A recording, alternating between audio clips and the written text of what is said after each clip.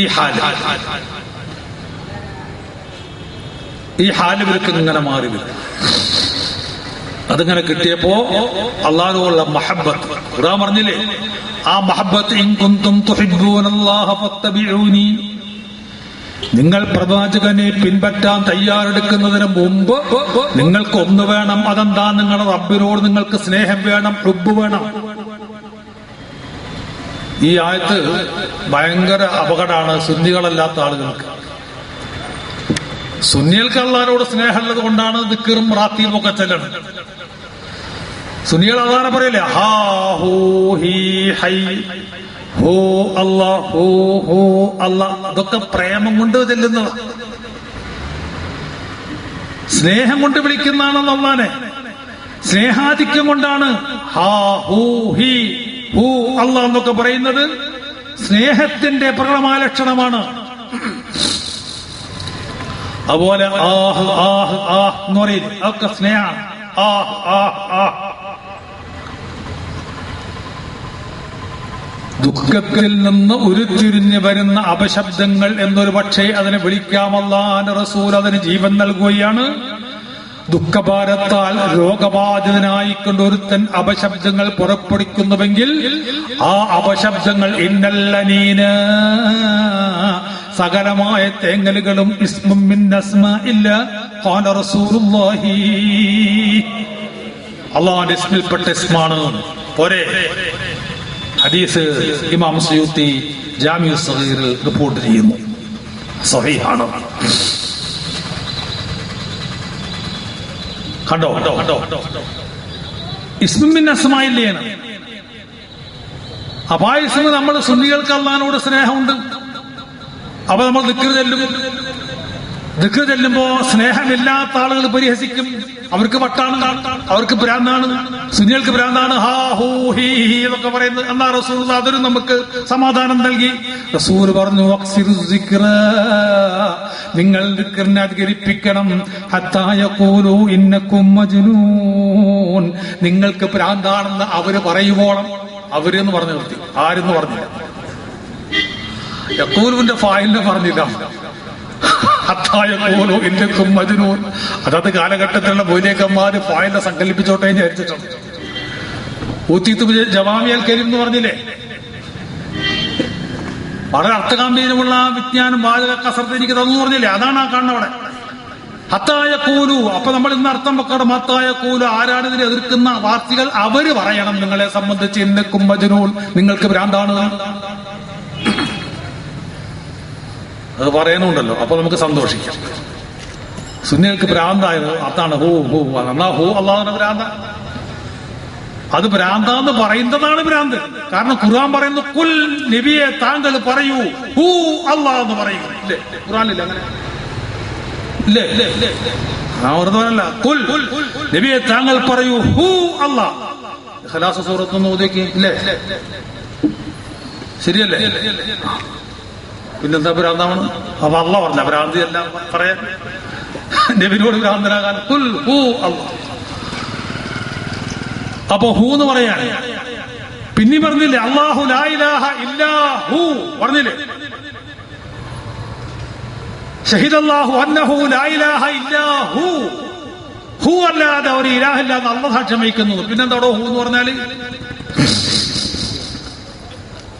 നിങ്ങൾ ആക്ഷേപിക്കുന്ന മസ്താനുണ്ടല്ലോ, മസ്താന്മാർ അംഗീകരിക്കാൻ പറ്റില്ല എന്ന് പറഞ്ഞു. അതാരെ ആക്ഷേപിക്കാൻ നിങ്ങൾ മനസ്സിലാകാൻ വേണ്ടി ഞാനൊന്ന് പരപ്പി പറയുന്നത് മാത്രം. ആരെയും ആക്ഷേപിക്കുകയോ ആരെയും അവഹേളിക്കുകയല്ല ചെയ്യുന്നത്. പഠിപ്പിക്കുമ്പോ ചിലപ്പോ അങ്ങനൊക്കെ ഒരു അധ്യാപകന് വേണ്ടി വരും, അതുകൊണ്ട് പറയുന്നതാണ്. നിങ്ങൾ എന്നോട് വെറുതെ വിചാരിക്കണം. നിങ്ങൾ കാര്യം മനസ്സിലാക്കി സത്യത്തിലേക്ക് നിങ്ങൾ മടങ്ങി വരണം. കാസർഗോഡ് ഒരു അബ്ദുൽ ഖാദിർ എന്ന് പോലുള്ള ഒരു ഇച്ഛ അബ്ദുൽ ഖാദിർ ഇച്ഛ. അവിടെ ഇക്ക എന്ന് പറയുന്നത് ഇച്ഛ എന്ന് പറയും, അതുകൊണ്ടാണ് ഇച്ഛ മസ്താനായത്. ഈ ഇച്ഛ മസ്താൻ ഒരു ഭ്രാന്തനെ പോലെയാണ്. ഈ മൂപ്പരിങ്ങനെ നടന്ന് പാടും. ഭ്രാന്തല്ലേ? ഭ്രാന്തന് പാടിയ കൂട്ടത്തിൽ പറഞ്ഞെന്താ, പല പാട്ടുകളും പാടിയിട്ടുണ്ട്. ഒക്കെ കുറെ ഉണ്ടത്, പക്ഷെ മുഴുവൻ പാടാൻ സമയമല്ല, വിഷയം കുറയുന്നത്. എന്താ പാടിയത്? പൂവെന്റെ ഉൾപ്പൊരുള് ഇശിക്കണ്ട മോസയതിൽ ഊർന്നിപ്പടർന്ന കതിരോ ഹോ എന്റെ പഴുതും ഉപദേശമന്ദിരമേ നഫ്സേ കുടിക്ക് മതിരോ ഹാ എന്റെ കമലം ഹയ്യെന്ന വജ്രമിൽ കീറി തെളിந்த മലര ഹവായിൽ കളിക്കും അനനഫ്സി മുഹ്യിദ്ദീൻ പാദം കൊണ്ടാടുകനിയേ ജയിക്കും ഹന്നാസനുടെ സിജിനെന്നും ഹക്കായ ഈ അമൃതം നീ ഉണ്ണടി ജലാലണ്ട തോപ്പകമില് സിറണ്ട വാതിലൂടെ താക്കോലും ഇവരല്ലടി സൂതണ്ട്രപേട്ടയിലെ അസ്ത്രം തിരിത്ത് തരും മുഹിയന്നു ഫൂസല്ലടി സമാനാഹിർ തന്നെ വരും മുന്നേ മുഹ്യിദ്ദീൻ കഥം കൊള്ള മുഖം വെക്കടി. ഒരു ഭ്രാന്തർക്ക് ഇത്തിരി നന്നായി പാടാൻ കിട്ടുമോ? വളരെ അർത്ഥഗാംഭീര്യമുള്ള ആശയം ഉൾക്കൊള്ളിച്ചുകൊണ്ട് ഒരു ഭ്രാന്തൻക്ക് ഇത്തിരി നന്നായി പാടാൻ പറ്റുമോ? അതുകൊണ്ടാണ് ആരിഫീങ്ങളായ ഔലിയാക്കൾ എഴുതി വെച്ച ബഹുമാനപ്പെട്ട തസൗഫിന്റെ ഗ്രന്ഥമായ ആത്മീയ ജ്ഞാനത്തിന്റെ അഗാധതയിലേക്ക് മനുഷ്യനെ വലിച്ച ആലിമീങ്ങളെ മനുഷ്യനെന്ന് പറഞ്ഞാൽ പറ്റൂല. ഇൽമുള്ള കാര്യം തിരിയുന്ന ആലിമീങ്ങളെ അഗാധ ഗർത്തത്തിലേക്ക് വലിച്ചു കൊണ്ടുപോകുന്ന മഹത്തായ ഗ്രന്ഥമാണ് ജാമിഉൽ ഉസൂൽ. ഈ ജാമിഉൽ ഉസൂലിൽ പറയുന്നു, മസ്താന്മാരായ ഔലിയാക്കളൊക്കെ അള്ളാഹുവിന്റെ മടിത്തട്ടിലെ മുലക്കുഞ്ഞുങ്ങളാണ്. അള്ളാഹുവിന്റെ മടിത്തട്ടിൽ അവർക്ക് മുല കൊടുത്തുകൊണ്ടിരിക്കുന്നുണ്ട്. ഉദാഹരിച്ച് പറയുകയാണ്, അവർക്ക് ബോധമില്ല, അവർ പറയുന്നതും ചെയ്യുന്നതും അവർക്ക് അറിഞ്ഞുകൂടാ. പക്ഷെ അത് വാസ്തവത്തിൽ അവർ കൂടെ അള്ളാഹ് ചെയ്യിക്കുകയാണ്, പറയിപ്പിക്കുകയാണ്. അതുകൊണ്ട് അവർ പറയുന്നത് അള്ളാഹുവിന്റെ പ്രത്യേകമായ സഹായം കൊണ്ടാണ്, നിർദ്ദേശം കൊണ്ടാണ്. അവർ ചെയ്യുന്നത് പ്രത്യേകമായ നിർദ്ദേശം കൊണ്ടാണ്. ആ നിർദ്ദേശം കൊണ്ട് ഇച്ഛമസ്താൻ പറഞ്ഞപ്പോഴാണ് വളരെ അർത്ഥഗാംഭീര്യമുള്ള വാചകങ്ങൾ ഭ്രാന്തന്റെ വായിലൂടെ പുറത്തു വന്നത്. എന്താ പറഞ്ഞത്? ഹൂ എന്റെ ഉൾപ്പൊരുള്. ഹൂ എന്ന പദത്തിന്റെ വളരെ അർത്ഥഗാംഭീര്യമുള്ള വാക്ക്. ഇഷ്കണ്ട മോസയതിൽ ഊർന്നിപ്പടർന്ന കതിരം. ഇഷ്ക് എന്ന് പറഞ്ഞാൽ ഭയങ്കരമായ പ്രേമമാണ്. പ്രേമം കൂടിയാൽ എന്താകും? ഭ്രാന്താവില്ല. എത്രയോ കാമുകന്മാര് ഭ്രാന്തന്മാരായിട്ട് ഭ്രാന്താസ്പത്രിയിൽ ഉണ്ടാവും. താൻ പ്രേമിച്ച പെണ്ണിനെ കിട്ടിയില്ലെങ്കിൽ അയാൾക്ക് ഭ്രാന്താവും. എന്നാൽ അതൊക്കെ ഒരു യഥാർത്ഥ പ്രേമാണോ? അല്ല. ആ പ്രേമമൊക്കെ ക്ഷണികങ്ങൾ, യഥാർത്ഥ പ്രേമല്ല. കാരണം പ്രേമ വിവാഹങ്ങളാണ് അധികവും തകർന്നുകൊണ്ടിരിക്കുന്ന ലോകത്ത്. കാരണം ആ കല്യാണം കഴിഞ്ഞ് കുറച്ചു കാലം പിന്നെ അത് വെറുക്കും, പിന്നെ ഭയങ്കര എതിർപ്പായിരിക്കും. അങ്ങനത്തെ നിലനിൽപ്പില്ലാത്ത പ്രേമത്തിന്റെ ആധിക്യം കൊണ്ട് പോലും മനുഷ്യന്റെ ബുദ്ധി ഇവിടെ ഭ്രമിച്ചു പോകുന്നുണ്ടെങ്കിൽ ഭ്രാന്തായി പോകുന്നുണ്ട്. അപ്പൊ ഇഷ്ക് കൊണ്ടെന്താവും? ബുദ്ധിഭ്രമം സംഭവിക്കും പ്രേമാധിക്യത്താൽ. അതല്ലേ ലൈലയെ പ്രേമിച്ച കൈസ് ഭ്രാന്തന മജ്നൂനായില്ലേ? ലൈല മജ്നൂൻ കേട്ടിട്ടില്ലേ? കൈസിന് ഭ്രാന്ത് മൂത്തപ്പോ ജനങ്ങളൊക്കെ പറഞ്ഞു, ലൈല കൈസേ, നീ ആർക്ക് വേണ്ടിയാണ് ഭ്രാന്തനായി നടക്കുന്ന? മഹാപണ്ഡിതനാണ്, അറബി കവിയും ഭാഷാ പണ്ഡിതനാണ്. കൈസേ, നീ ആർക്ക് വേണ്ടിയാണ് നിന്റെ ഈ ഭ്രാന്ത്? ലൈലാക്ക് വേണ്ടിയാണെങ്കിൽ ഒരു സത്യം നിന്നോട് തുറന്നു പറയട്ടെ, ഞങ്ങള് നിന്റെ ലൈല മരിച്ചിരിക്കുന്നു കൈസേ. നിന്റെ ലൈല എന്ന് ഈ ഭൂമുഖത്ത് ജീവിച്ചിരിപ്പിക്കില്ല കൈസേ. കൈസ് എന്താ പറഞ്ഞറിയാമോ? എന്ത് പൊട്ടിച്ചിരിച്ച കൈസൊറക്കെ പൊട്ടിച്ചിരിച്ചുകൊണ്ട് ആ പറഞ്ഞ വ്യക്തിയെ പരിഹസിച്ചുകൊണ്ട് പൊട്ടിച്ചിരിച്ചുകൊണ്ട് കൈസ് പറയാണ്, എന്ത് മോശത്തരമാണ് താൻ ഈ പറയുന്നത്? എന്റെ ലൈല മരിച്ചിട്ടില്ല, എന്റെ ലൈല മരിക്കൂല. അന ലൈല, ഞാൻ തന്നെയാണ് ലൈല, ഞാൻ തന്നെയാണ് ലൈല, ഞാൻ തന്നെ അവിടെ കിടക്കണം. അപ്പൊ ഏത് മരിക്കൂല, മരിച്ചിട്ടില്ല, പ്രേമം കൊണ്ട് സംഭവിച്ചതാണ്. അപ്പൊ പ്രേമം വരുമ്പോ ബുദ്ധിക്ക് ഭ്രമം വരും. നേരത്തെ പറഞ്ഞില്ലേ, അള്ളാഹുവിനോടുള്ള സ്നേഹം ബഹുമാനപ്പെട്ട ഔലിയാക്കന്മാർക്ക് വന്നപ്പോ ആ ഔലിയാക്കന്മാരുടെ മനസ്സുകൾ അതിൽ ലയിച്ചു, എല്ലാം മറന്ന്. അള്ളാന്റെ ഔലിയാക്കന്മാർക്ക് അപ്പുറം ഒരു തരം മസ്ത് വരും ചിലർക്ക്, എല്ലാവർക്കും അല്ല, ചിലർക്ക്. അതെന്താണ്? അവരുടെ ശക്തിയുടെ ആ ബലത്തിന്റെ തോതനുസരിച്ച് കൊണ്ടാണ്. ആ സ്നേഹത്തിന്റെ ആധിക്യം നോക്കുമ്പോൾ പലർക്കും അത്ര സ്ട്രോങ് ആയിക്കൊണ്ട് സ്നേഹം വന്നോളുന്നില്ല. ഇവർക്ക് ചിലർക്ക് സ്ട്രോങ് ആയ സ്നേഹം വരുമ്പോ മനസ്സിന്റെ ആ പരിധി വിട്ട് താങ്ങാൻ കഴിയാതെ വരുമ്പോ അവരങ്ങനെ ഒരുതരം പ്രത്യേകമായ മസ്താന്മാരും മജ്ദൂബീങ്ങളുമായി മാറുമ്പോ അവരെ കുറിച്ചാണ് പറഞ്ഞത്. ആ മജ്ദൂബീങ്ങൾ യഥാർത്ഥത്തിൽ അള്ളാഹുവിന്റെ നിയന്ത്രണത്തിലാണ്, ആ അവസ്ഥയിലാണ് ഇച്ചമസ്താൻ പറഞ്ഞത്. ആ പ്രേമത്തിൽ നിന്ന് ഉരുത്തിരിഞ്ഞു വന്ന വാക്കാണ് ഹു എന്ന ഇസ്മു. അതുകൊണ്ട് ആ ഭ്രാന്തോടുകൂടി തന്നെ മൂപ്പര് കേരളത്തിലെ ജനങ്ങളോട്, മക്കളോട്, മലയാളി മക്കളോട് പറയാണ്, ഹൂ എന്റെ പഴതും ഉപദേശ മന്ദിരമേ നഫ്സേ കുടിക്കുമതിരോ. എന്ന ആ ഉപദേശ മന്ത്രത്തിന്റെ മധുരം നഫ്സേ നീ ധാരാളം വാരി വാരി കുടിച്ചോ. നീ ഓ എന്ന ഇസ്മിന് അത്രയും മാധുര്യമുണ്ട്, അത് നീ കുടിച്ചോ. അതുപോലെ ഹ എന്ന വാക്കും കമലം ഹയ്യെന്ന വജ്രമിൽ കീറി തെളിந்த മലര ഹവായിൽ കളിക്കും അനനഫ്സി മുഹീദ്ദീൻ പാദം കൊണ്ടാട് കനിയേ.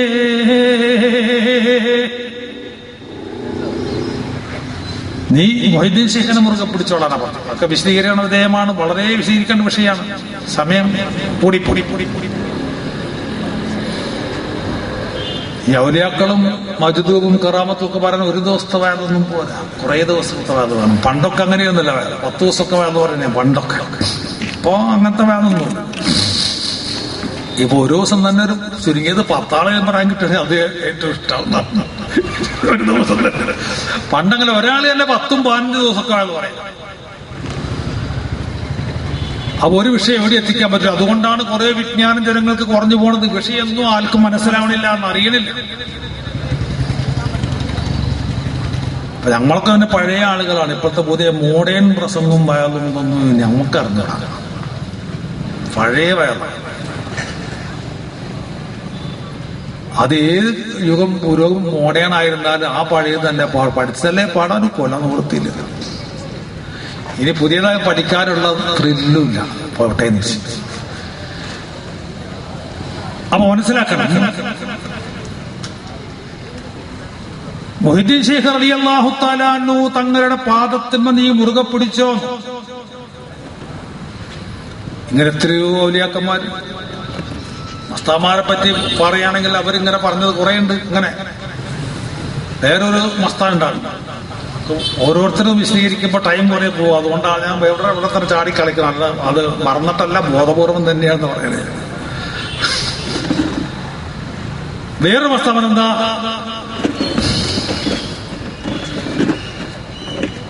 മമ്പാട് നിന്നും മണ്ണറക്കാടെത്തുവോളം പത്തിരിയും ചാറാ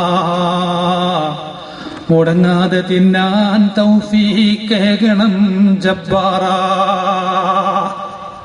ഒരു ഭ്രാന്തം പറഞ്ഞ ഒരു ഭാഷയിൽ പറഞ്ഞാൽ മമ്പാട് നിന്ന് മണ്ണാറക്കാടെത്തുന്നവരേക്കും പത്തിരിയും ചാറും, ഇറച്ചിയും പത്തിരിയും മുടങ്ങാതെ തിന്നാൻ തൗഫീഖ് തരണം തമ്പുരാനെ എന്നാണ് ഈ പറയുന്നത്. അപ്പൊ കേൾവിക്കാരൻ വിഡ്ഢികൾ എന്ന് വിചാരിക്കുക, ആ പത്തിരിറച്ചിക്കും വേണ്ടി ഒമ്പത് പറയണം. അല്ല, എന്താ ഒമ്പത് പറഞ്ഞത്? ഈ പ്രത്യക്ഷത്തിൽ കാണുന്നതല്ല. പണ്ട് കോഴിക്കോട് സുലൈമാമുലി പറഞ്ഞില്ലേ, ഉള്ളതെല്ലാം ഉള്ളതല്ല, ഉള്ളതിന് നാശമില്ല, ഉള്ളതിന്റെ ഉള്ളിലുണ്ടോറുള്ളത്. അതെല്ലാവർക്കും അറിയില്ല. മസ്താമാര് പറയുന്നതാണ്. ഇതിലൊന്നും ഒരു അർത്ഥമില്ലെങ്കിൽ പിന്നെ അവരെ ഭ്രാന്ത് സമ്മതിക്കാം. പക്ഷെ ഇതിലൊക്കെ ഭയങ്കര അർത്ഥമല്ലേ? അപ്പൊ അവർക്ക് എന്ത് ഭ്രാന്ത്? അവർക്ക് ഭ്രാന്തല്ലല്ലോ. അപ്പൊ എന്താണ് ഈ പറഞ്ഞത്? മമ്പാട് ഒരു സ്ഥലമാണ്. ആ മമ്പാട് നിന്ന് മണ്ണറക്കാട് വരെ 10 ഇഞ്ചാറ. മമ്പാട് എന്ന് പറഞ്ഞാൽ മാതാവിന്റെ ഗർഭാശയമാണ് മൂപ്പർ ഉദ്ദേശിക്കണം. മണ്ണറക്കാട് എന്ന് പറഞ്ഞാൽ ഖബർ. ഖബറ.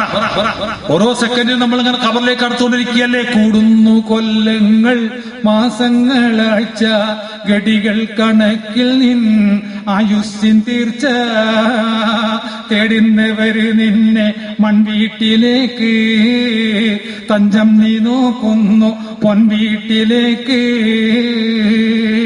ആദം നബി മുതൽ നോക്കുന്നു പൊന്നേ, പോയോരിൽ വല്ലോരും വരുന്നു കണ്ണേ.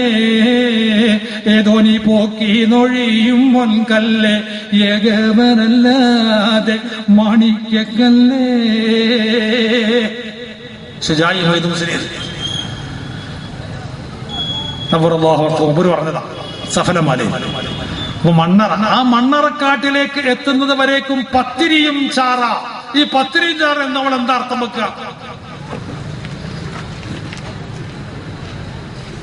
അതിനർത്ഥം പത്തിരു തിരിച്ചു വെച്ചാൽ എത്രയായി? 20 അല്ലെ? 10 20 ചാറ് 1 2 3 4.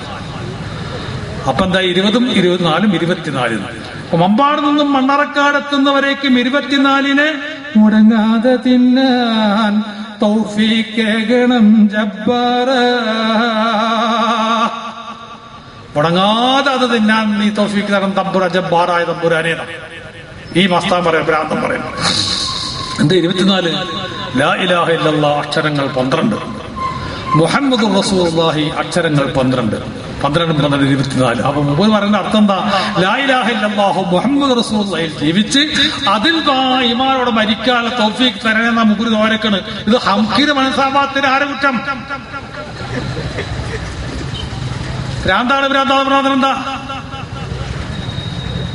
എത്രയോ മസ്താന്മാർ ഗുണംകുടി മസ്താനില്ല. ഗുണംകുടി മസ്താൻ കേട്ടിട്ടുണ്ടോ നിങ്ങൾ? ഗുണംകുടി മസ്താൻ എന്തൊക്കെ പറഞ്ഞു? ഗുണംകുടി മസ്താൻ പറഞ്ഞ ഭ്രാന്താണ്. ഗുണംകുടി മസ്താനെ പറ്റി നമ്മളെ കേരള ശബ്ദധാരാവലിയിലുണ്ട്. മലയാളം ഡിക്ഷണറിയിലല്ല, ശബ്ദധാരാവലി.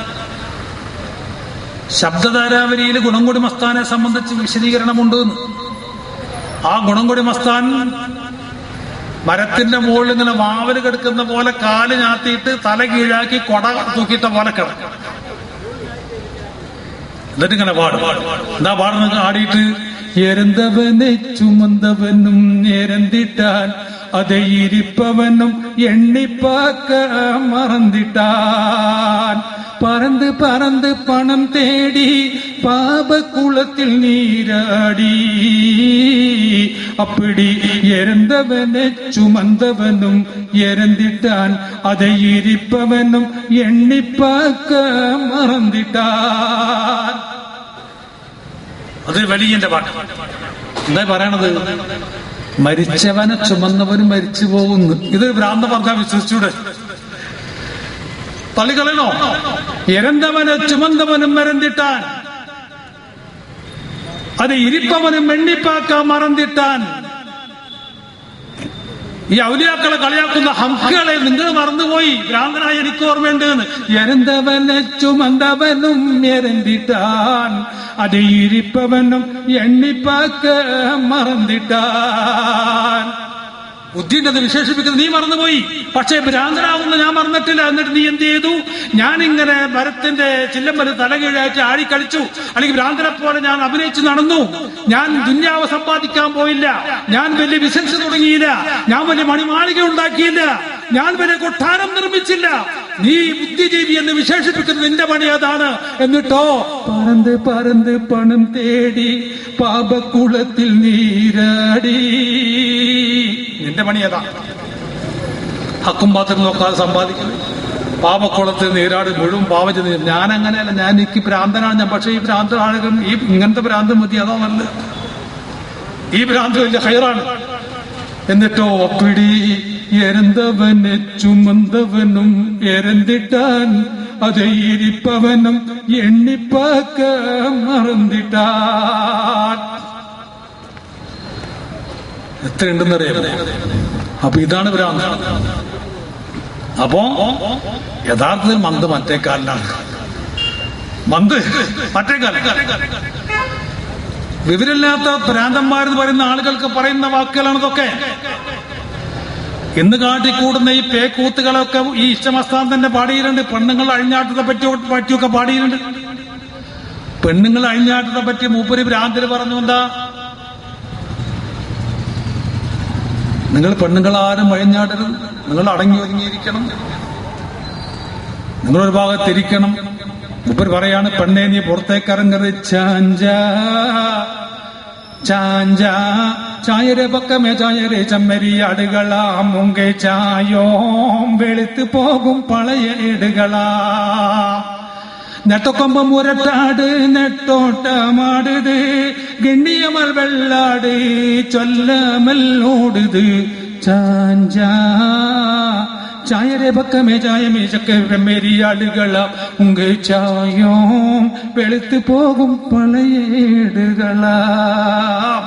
കണ്ടാ പെണ്ണെ, നീ ഇങ്ങനെ പുറത്തിറങ്ങണ്ട. നിന്റെ ആ ചായൊക്കെ പോയി നീ പഴയ ഏടായി മാറും.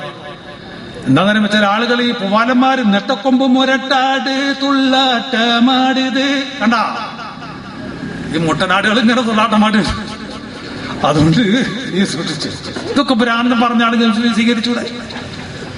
അംഗീകരിക്കാത്ത ഇപ്പൊ കുറെ ഉണ്ടൊക്കെ ഞാൻ പാടില്ല, നൃത്തം മസ്താമാര് പാടിയ പാട്ട് കുറയുണ്ട്. ചുരുക്കി പറഞ്ഞാൽ മസ്താമാരവരെ മസ്തരി ലോകത്തിന് നന്മയെ ഉപദേശിച്ചിട്ടുള്ളൂ.